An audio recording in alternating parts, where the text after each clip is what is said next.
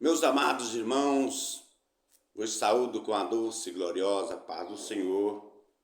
Estamos hoje para fazer mais uma leitura diária desta terça-feira.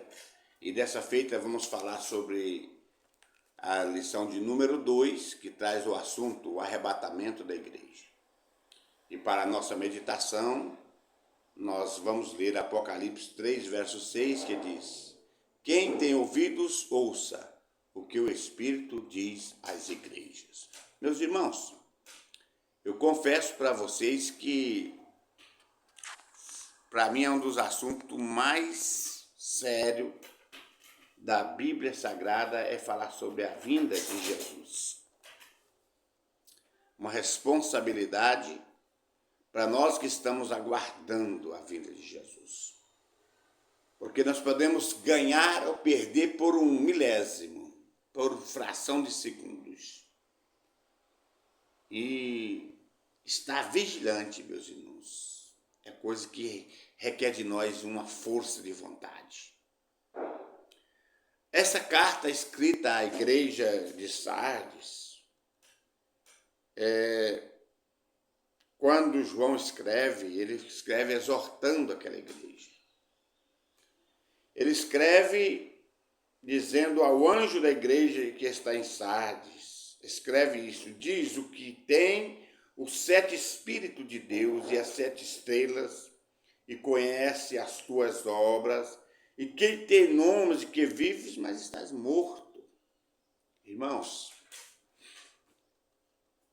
não é falta de ensinamento na igreja, não. O pastor nosso ensina. Para a glória do nome de Jesus, pensa num pastor que ensina a Bíblia para a igreja. Porém, nunca vai faltar o morto no meio da igreja. Nunca. Mas também nunca vai faltar o crente que está preparado, vigilante para o arrebatamento.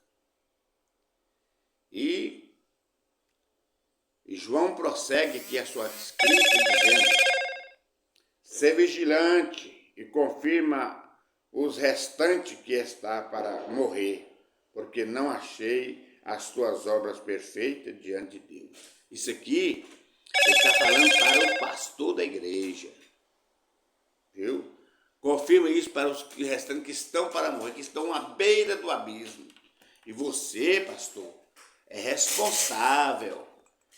Jesus queria dizer dessa linguagem para eles. Confirma aí, fala para esse povo que está à beira da morte.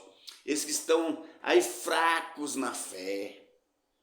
Lembra, pois, do que recebeste, do que tens recebido e ouvido, guarda e arrepende-te, e se não vigiares, virei sobre ti como ladrão, e não saberá que hora sobre ti virei.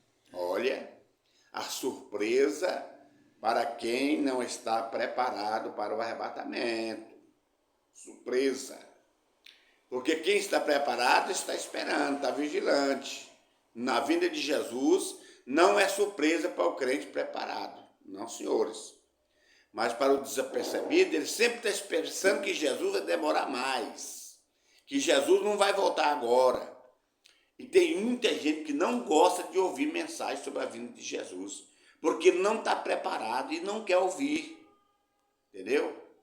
Por que hoje há tantos pregadores que estão só massageando as pessoas, falando aquilo que elas gostariam de ouvir, para não perder o público, não é? Para não perder o povo que acompanha ele nas redes sociais, nas mensagens pregadas. Porém, nós temos uma responsabilidade, quando ensinamos a palavra de Deus, de dizer a verdade.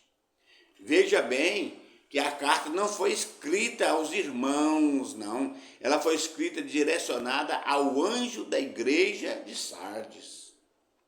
Jesus estava chamando ele para uma prestação de contas, dizendo: olha, pastor de Sardes, você está deixando a desejar.